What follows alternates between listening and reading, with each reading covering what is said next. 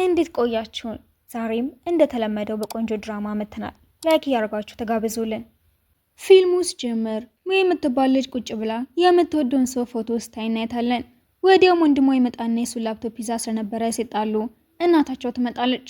ሜይንም ትቆጣትና የቤተሰብ ስራ ላይ እንኳን መስራትሽን ትተሽ ሌላ ቦታ ትሰሪያለሽ? ዋናው ብር ማምጣት አይደለ እንዴ? ኧረ እባክሽ በትክክል እንኳን አታጠኚ። ምን ልትሆኚ ነው ታዲያ? በቃ የጂያን ሚስት ሆናለሁ ስትላት እናቷ ተናዳ ትመታታለች። በቀጣይም የባስ ማቆሚያ ጋር ተቀምጣና ፈዛ እናያታለን። በትውስታም ከ10 ዓመት በፊት ይወስደንና ባስ ውስጥ ሆና ስታንቀላፋ ጂያን የሚባለው ልጅ ይገባል። እሷን ባየችው ሰዓት እሱ መውደድ ትጀምራለች። ጂያን ሲቀመጥን በድፍረት እሱ ጋራ ስትሄድ ግራ ብታጋባውም እሷ ግን ታፈጥበታለች። ወደ ቤቷም ተመልሳ ከዛ በፊት እንደሱ አይነት ቆንጆ እንዳልተዋወቀች ስታስብ እናቷ ትመጣለች። ተነሺ የሆነ ሰው ላስታውቅሽ ነው ብላ ስትወስዳትን ባስ ውስጥ ያገኘችው ጂያን ስለሆነ ትደነግጣለች። እናቶቻቸው በፊት ጓደኛሞች ስለነበሩ እናቱንና ጂያንን ታስተዋውቃቸዋለች። ከዛም እዛው ሰፈር ለመኖር እንደመጡ ስታውቅ እነ ጂያንም ተቀምጠው እናቱን አሁን እኮ ትልቅ ሰው ነኝ ስለ አባቴ ንገሪኝ ቢላትም እናቱ በትክክል ነግራው ስለማታውቅ አሁንም በዛው ትቀጥላለች። ወደ አሁኑ ስንመለስም ጂያንን ከሀብታም ፍቅረኛው ሊና ጋር እናየዋለን። ፍቅረኛውም አዲስ መኪናና ቤት ገዝታ ትሰጠዋለች። ለእናቱም ደውሎ ከዚህ በኋላ እዛ ትንሽ ሰፈር መኖር አያስፈልግሽም፣ አዲስ ቤት ገዝቻለሁ፣ አብረን እኖራለን እያላት እያለ በተደጋጋሚ የምትከታተለውን ቴታይና ትኩረቱ ተወስደው እናቱን ሳይሰማት ይቀራል። ሜይና የጂያን እናትም አንድ ላይ ወጥተው እናቱ ልጄ እንደምትወጂው አውቃለሁ፣ ወደፊት እኔ አብሬው መኖር ካልቻልኩኝ አንቺ ትንከባከቢዋለሽ ስትላትም ወዲያው አዎ በትክክል ግን አንቺ ልትሄጂ አስበሽ ነው ትላትና እናቱ ግን ዝም ትላታለች። ሜይም ብዙ እየበላች ስለሆነ የጂያን ሙሽራ ከመሆኗ በፊት እንዳትወፍር ተጨንቃ ወንድሟን በሆነ ፕላስቲክ እንዲጠቀልላት ታደርገዋለች። እናቷም ስትመጣ ግራ ገብቷት ምን እያረጉ እንደሆነ ትጠይቃለች። በሌላ በኩል ጂያንን የምትከተለው ሴትን አግኝቷት ሊያዋራት ሲለም ሜይ ደውላ እናቱ እንደታመመችና ቶሎም እንዲመጣ ስትነግረው ደንግጦ ከልጅቷ ጋር ወደ ሆስፒታል ሄዳሉ። ካንሰር እንዳመማት የሰማውን እያሰበ ሲደርሰም ሜይን አገኛትና እናቱ ስላባሰባት አዝና ስታዋራው የተጠቀለለችውን ፕላስቲክ አይቶም አብደሻል እንዴ ምንድን ነው? ከዛም እናቱ ክፍል ሲገባም ልጅቷም ተከትላው ትመጣለች። ጂያንም እማዬ እባክሽ አሁን እንኳን ስለ አባቴ ንገሪኝ። እናቱም ሁኔታዋ ይብስባትና ይተወዋል። ስልክ ትደውሎለት ሲወጣም አዲሷ ልጅ ለጂያን እነግረዋለሁ አባቱንም አውቀዋለሁ ትላትና ህመሟ ብሶ እናቱ ትሞታለች። ከቀናት በኋላም ጂያን በእናቷ ሐዘን ተጎድቶ እያለ ልጅቷ ትመጣና ጂያንም አንቺ ማን እንደሆንሽ እንኳን አላውቅም፣ ስለ አባትህ ግን ማወቅ ትፈልጋለህ ስትለው ይደነግጣል። እውነቱን ማወቅ ከፈለግ እቤቴና። በሌላ በኩል ሜይ ሁለቱንም አንድ ላይ ታቸው ስለነበረ ትጨነቃለች። ሆስፒታልም አይቻት ነበረ። ጂያንም ልታረግብኝ ነው፣ ምንም ብታረግ ራሱ መጨረሻ እኔ የሱ ሚስት ነው የምሆነው እያለች ብቻዋን ታወራለች። ጂያንም የልጅቷ ቤት ሄድና ስለ ራሷ ማብራራት ትጀምራለች። ስሜ ሊንዋ ይባላል። በስክሪን የቤተሰብ ፎቶ ከፍታለትም። ይሄ ደግሞ ፓርክ ይባላል፣ የበፊቱ ባሌ አባት ነው፣ የትልቅ ድርጅት ባለቤት። ይሄ ደግሞ ባለቤቴ ነበር። ይህች ደግሞ እናቱ ናት፣ እንዳለ እሷ ናት የምትቆጣጠራቸው፣ እኔንም ከቤቱ ያባረረችኝ እሷ ናት ስትለው ስለ እነዚህ የቤተሰብ ድራማዎች ማወቅ ምንም ፍላጎት እንደሌለው ይነግራታል። አሁን ግን ይኖርሃል፣ ምክንያቱም አቶ ፓርክ አባትህ ነው ስትለው ጂያን በጣም ይደነግጣል። በቀጥታም ወደ ድርጅታቸው ሄዶ እንጀራ እናቱን ያገኛትና ፓርክን ፈልጎ እንደመጣና አባቱ እንደሆነ ሲነግራት ፈገግ ትልና ብዙ ለማኞች እንደሚመጡ ተናግራ ማስረጃ ካለው ትጠይቀዋለች። ጂያንም አይ የለኝም። ሴትዮዋም ወዲያውኑ በጋርዳ ሲይዛ ታስወጣዋለች። ወደ ሊንዋም ሄዶ እንደ ቆሻሻ አስወጥተው እንደ ጣሉት ሲነግራት ሚሊንግ የምትባለዋ ሴትዮ በጣም ኃይለኛ መሆኗን ነግራው የድርጅቱ ንግስት ስለሆነች እነሱን መጋፈጥ ከፈለገ መጀመሪያ እሱም ንጉስ መሆን እንዳለበት ትነግረውና የሆነ ቁልፍ ትሰጠዋለች። ጂያንም ወደ ሜይ ጋራ ሄድና ነይ የሆነ ቦታ እንሄዳለን ሲላት ትደነግጣለች። እራሱ መጥቶ ስለጠየቃትን በጣም ደስ ይላትና መኪናው ጋር ስትደርስ ከፊት ትቀመጥ ወይስ ከኋላ ግራ ይገባታል። እሱም ፍጠኝ እንጂ ሲላትም ከፊት ተቀምጣ ልቧ መምታት ይጀምራል። ወዴት ነው ግን የምንሄደው? እኔም አላውቅም፣ ዝም ብለሽ ብቻ ተቀመጪ። የሆነ መጋዘን ሲደርሱም ጂያን ሜይ ከኔ ጋራ ቢዝነስ ስራ የለሽ? ግራ ገብቷ ስታየውም አብረሽን ከሰራሽ በየቀኑ ተኛልሽ ማለት ነው። ዝም ስትል እምቢ ልትለው ቢመስለው ወዲያውኑ ግሜ ለምን አልፈልግም፣ በደንብ ከአንተ ጋር ስራ መስራት ፈልጋለሁ። መጋዘኑ ውስጥም ሲገቡ ማአት ካርቶኖችን ያገኛሉ። ጂያን አንዱን ሲከፍተውም ካልሲዎቹን ያገኘዋል። ከዛም ከሊን ጋራ ተገናኝቶ ውስጥ ጠይቃት እና ንጉስ እንድትሆን ብዙ ብር የሚሰጥህ መስሎ ነበር እንዴ? እሱን ሸጠህ በራስ ነው ብሩን ማምጣት ያለብህ ትለውና ለሜይ ደውሎ እንድታግዘው ጠይቃት በደስታ ትስማማለች። ከዛም መንገድ ላይ ተወጣና መሸጧን ትጀምራለች። አንድ ፖሊስ መጥቶም ያለ ፍቃድ መንገድ ላይ መሸጥ ወንጀል ስለሆነ ወደ እስር ቤት ይወስዳታል። ጂያንም መጥቶ ያስፈታትና ስለመሸ እሱ ጋር እንድታድር ይወስዳታል። እሷም እሱ ቤት በመሆኗ በጣም ደስ ብሏት መንከባለል ሁሉ ትጀምራለች። ጠዋት ግን መጥቶ ወደ ሰፈሯ እንድትመለስ ይነግራታል። መሄድ ስላልፈለገች አይ አሞኛል እኮ ትኩሳት ራሱ አለብኝ ትለውና የእውነቷ እንደሆነ ሳይደንግጡ እሺ በቃ እዚሁ ረፊና ስሻለሽ ትሄጃለሽ፣ እኔ ወደ ስራ ልሂድ። ሲወጣም የሞቀ ውሃ በፎጣ ግንባሯ ላይ አርጋ እንዳተለለችው ታስብና ብቻዋን ትስቃለች። ቶሎም እንደማትሄድ እያሰበች የእሱ ክፍል ትገባና አልጋው ላይ ትተኛለች። ከዛ ደግሞ ልብሱንም እየለካች ትዝናናለች። የጥርስ ብሩሽም ታይና መቦረሽ ፈልጋ ጥርሷን እየቦረሸች እያለ ጂያን ይደውላታል። እንዲህ ጠይቋትም የታጠበች እንደሆነ ነግራውም እዛ 2 ብሩሽ እንዳለና አንዱ የቤቱን የሚያጸዳበት እንደሆነ ሲነግራት እሱ የተጠቀመችው የቤቱ ማጽጃ እንደሆነ ይገባታል። የካልሲውን ማሳያ አሻንጉሊቶቿን አዝላ ሞል ውስጥ ገብታ ለመሸጥ ስትሞክር ጥበቃው ግራ ገብቶት ማንሽ ደግሞ አንቺ? ሜነኛ ካልሲ ልሸጥ መጥቼ ነው ስትለው መጀመሪያ ማናጀሩን ማናገር እንዳለባት ነግሮ ይወስዳታል። ውጭ ላይ መኪናውን ሲያሳያት እንዲስማማ አስባ መኪናውን በካልሲዋ ማጽዳት ትጀምራለች። አንድ ሰውም ከኋላ መጥቶ ይጮህና ይህንን አቧራ ለመሰብሰብ ምን ያክል ከባድ እንደሆነ ይናገራል። ይቅርታ መጠየቅ ትጀምራለች። ሰውየውም ሊን የሚባለው ማናጀሩ ነበርና ፈገግ ብሎ ቤት ሄደው እንዲያወሩ ይነግራታል። ቁጭ ብለውም እያወሩ ካልሲዋ እንድትሸጥ ይፈቅድላትና ወደ ቤቷ ያሸኛታል። መንገድ ላይም ጃንን ታየውና ወርዳ የእሱ መኪና ውስጥ ገባለች። ጃንም ሰውየው ማን ነው? ሊን ይባላል፣ ካልሲውን እንድሸጥ ይረዳኛል፣ ደግሞ በጣም ነው የወደደኝ ስትለው ይናደድና ነግርሻለሁ ወንዶች አደገኞች ናቸው፣ አርፈሽ ከሱ ራቂ ይላትና ውድ የሆነ ሰዓቱን ሰጥቷት የቤት ኪራዩ እንዲከፍል እንድትሸጠለት ይጠይቃታል። እሷን ብሩና ሰዓቱንም ሄዳ ስትሰጠው ብሩን ኬት እንዳመጣችው ይጠይቃታል። መኪና ለመግዛት በትርፍ ሰዓት እየሰራው እያጠራቀምኩኝ ነበር፣ ለቤት ኪራዩ ተጠቀመው ስትለው ታሳዝነውና በቅርቡ እንደሚመልሰው ቃል ይገባላታል። ወዲያው ግን ብራቸው ማጭበርባሪው ተሰርቀው ሁኔታው ይብሳል። የጂያን ፍቅረኛ ሊናም እንዲያገባት እሱን መጫኗን ትጀምራለች። ከዛም ሀብታሟ ሴት ደውላ ካልሲው እንደሸጠ ስትጠይቀውም ሀብታም ለመሆን ካልሲ መሸጥ አያስፈልገኝም፣ አዲስ እቅድ አለኝ፣ ሊናን አግብቼ ብሩን ማግኘት እችላለሁ ብሎ ስልኩን ይዛገዋል። ሜም ደውላ ካልሲውን የሚሸጥበት ቆንጆ ሀሳብ እንደመጣላት ትነግረውና እንደማያስፈልግ ነግሯት በደንብ እንዲያብራራላትም አብረው ምሳ እንዲበሉ ይጠራታል።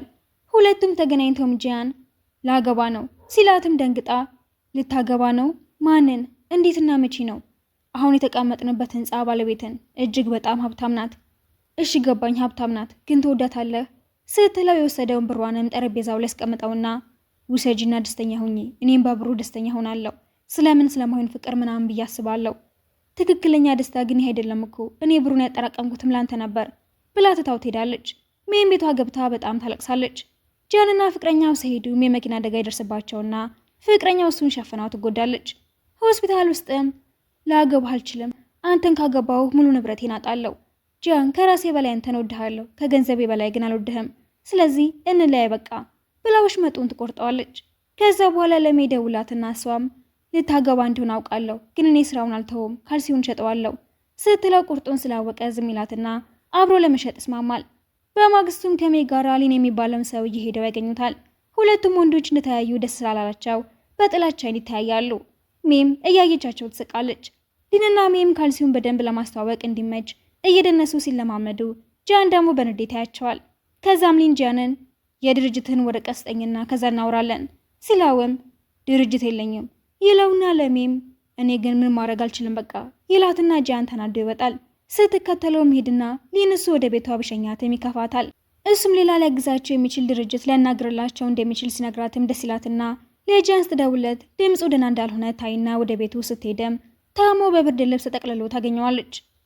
እሷም ቶሎ ብላ ሾርባ ሰርታ እያበላችውና እየተንከባከበችው ታመሻለች። በተኛበት እያየችውም ተኝቶ ራሱ እንደሚያምር ታስባለች። ከዛም ለማረፍ ወደ ሳውና ትሄድና እዛ መቃው ይሰርቅባታል።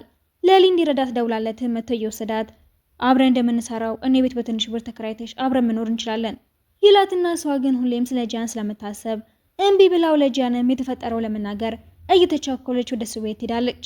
ስትደርስ ግን ሀብታሟ ሴት ከባሏ ጋር ተጣልታ መታ አቅፎ ሲያጻናት ታይና በጣም አዝና ትሄዳለች። ቤቷ ገብታም ስታለቃቅስና ስታስቸግር ቆይታ ትተኛለች። ጠዋትም እናቷ በግድ ቀስቅሳት ለሊን ትደውለትና ትጠራዋለች። እሱም ይመጣና አብሯቸው ሲበላ እናቷ እያየችው ደስ ይላታል። ለመጀመሪያ ጊዜ ነው ወንድ ለልጄ ብሎ ሲመጣ ደስ ብሎኝ ነው የምሸኛት ትለውና ይስቃል። ወደ እሱ ቤት እቃዋን ይዞ ይወስዳትና አብረው ካልሲው እንደሚሸጡ እንደወሰነ ነግሯት ደስ ይላታል።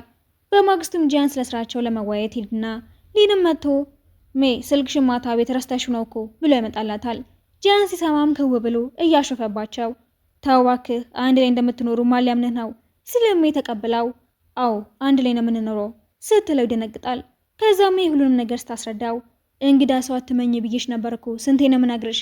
ሳውና ውስጥ የተፈጠረውንና እሱ መጥቶም እንደረዳ ስትነግረውም አያገባኝም በቃ ወደ ሰፈርሽ ተመለሺ ይላትና ተናዶ ይሄዳል። እሷም ሌላው ቢቀር እንኳን ቢያንስ በሷ እንደቀና ስባት ትስቃለች። ጂያን ቤትም ጓደኛው መጥቶ ስለተቸገረ እሱ ቤት እንዲቆይ ሲጠይቀውም ጂያን ሀሳብ ይመጣለታል።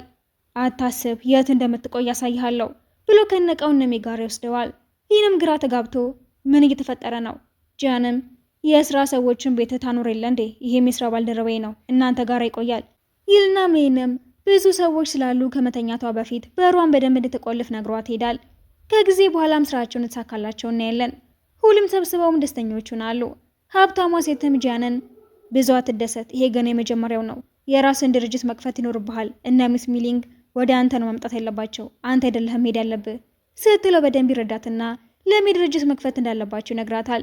እሷም እንደ ሁሌም ደስ ብሏት ትስማማለች። የነሊን ግሩፕም ተሰብስበው ምግብ እያበሰሉ ሲያይም ጂያን ይቀናል። ሜም ሰዓቱ እጇን ያቃጥላትና ሊን ደንግጦ መድኃኒት ሊያመጣላት ይሄዳል። ጂያን ይህንን ሲያይም በቅናት አንስቶ ያቅፋትና መድኃኒቱን እርሳው ወደ ሆስፒታል ይወስዳታል። ሲወጡም ደስ ይላትና እየሳቀች ስለተንከባከብከኝ አመሰግናለሁ፣ ከጋብቻ በኋላም እንደዚሁ ነው የምትሆነው። በማግስቱ ሜና ሊንም ድርጅቱን ለመክፈት መስራት ጀምራሉ። ጂያን ሲያያቸውም ይቀናል። በዛ አጋጣሚ ግን ሊን እሷን መውደድ ጀምራል። በመጨረሻም ተሳክቶላቸው ድርጅቱ ይከፈታል። አሪፍ እየሰራላቸው ስለሆነም ተሰብስበው ሜወታው እንዲያከብሩ ሀሳብ ታመጣና ደስ ብሏቸው ይስማማሉ። ግን ወዲያው ለጂያን ከአንድ ሴት ስልክ ይደወለትና ሴት ትናደዳለች። የቀሩት እያከበሩም ጂያን ስላልመጣም በጣም ትበሳጫለች። ደውላለትም ቆንጆ ስለሆንክ ብቻ ሁሉንም ማድረግ የምችል ነው እንደሚመስልህ? በአንተ ምክንያት ልቤን እያመመኝ ነው። ንገረኝ እስኪ እንዴት ነው ደህና መሆነው? ሲሰማት ይቆይናም የትም እንዳትሄጂ እዛው ጠብቂኝ። ቤት ወስዷትም እያያት ራስ ምታት ነው የሆንሽብኝ። በቀጣይም ቢሮአቸውን እያስተካከሉ ጂያን እንዳለቃ ቁጭ ብሎ እያያቸው ሜና ሊን ደግሞ ያቅማቸውን ይሞክራሉ። ስሙ የተጻፈበትን ስትሰጣወም ምንድነው ይሄ ህፃን ነገር ውሰጂ ወደዛ። ሊን ደግሞ ያምራል እኮ ዳሞ ለፍታበታለች። አንተም እኮ የቡድኑ አባል ነህ፣ ምን እንዳለቃ ያደርግሃል? ኧረ እባክህ እኔ ድርጅቱ መሪ እኮ ነኝ። እሺ። ድንገት ሀብታሟ ሊንዋ ስትመጣም ጭቅጭቃቸውን ይተውታል። ለሊንም የሜና ስትደውለት እናቴ ብሎ ስለጠራት ጂያን ተናዶ ምን ማለት ነው እናቴ ስትል፣ ምክንያቱማ እሷ ልጅ ብላ ስለምትጠረኝ ነው ብሎ ይዟት ሲሄድም ጂያን በቅናት ይበሳጫል። ቤቱ ከሄደ በኋላም እንዴት እናቴ ይላታል። እያለ ስላላስቻለው ቤታቸው ሄዳል። አንድ ላይ ተሰብስበው እየበሉ ሲጫወቱና ሲስቁ ሲያየም ለፖሊስ ደውሎ ጎረቤቶች እየበጠበጡኝ ነው ስላለ ይመጡና ማን እንዳመለከተ ግራ ይገባቸዋል። የሜናትም እና ከሊን ጋራ ምንድነው የምትሰሩት? ሳሙናን የምንሸጠው እና ድርጅቱ የሊን ነው? እረ አይደለም ባለቤቱ ጂያን ፍቅር ነው ብላ ካፏ ይመልጣታል። የእሱን ስም ካፍሽ አይወጣ ስላትሰሚም። በሌላ በኩልም ሊንዋ ድርጅታቸውን ለማስተዋወቅ ታዋቂ አርቲስት እንዳለች ለጂያን መክራው በነጋቱ አርቲስቷን ሲያገኛትም ጋዜጠኞች ፎቶ አንስተው ፍቅረኛሞች እንደሆኑ ሲያወሩ ሜም ጂያን ፍቅር አዲስ ፍቅረኛ አገኘ እያለች መጨነቅ ትጀምራለች። ከሊን ጋር ምሳ ስትበላም ጂያን ፍቅር እኮ በወሬዎች ተረብሾ ምሳ አልበላ ይሆናል። እኔ ወሬ ብቻ አይመስለኝም እውነት ሊሆንም ይችላል። ውሸት ነው እባክህ፣ ቆንጆ ስለሆነ ሴቶች ስለሚወዱት የተወራ ወሬ ነው። ፍቅር ለማንም ፊት አይሰጥም። ቺን ወደ ተባለው ማብሯቸው ወደሚሰራው ሄዳ ምክር ስጠይቀው የአንቺ ትልቁ ችግር በጠራሽ ቁጥር ትሮጫለሽ። ካሁን በኋላ እንደዛ ማድረግ የለብሽም። ከዚህ በኋላ ስጠራሽ ቀስ ብለሽ ዞረሽ ኮስተር ብለሽ ታዩና ትራመጃለሽ።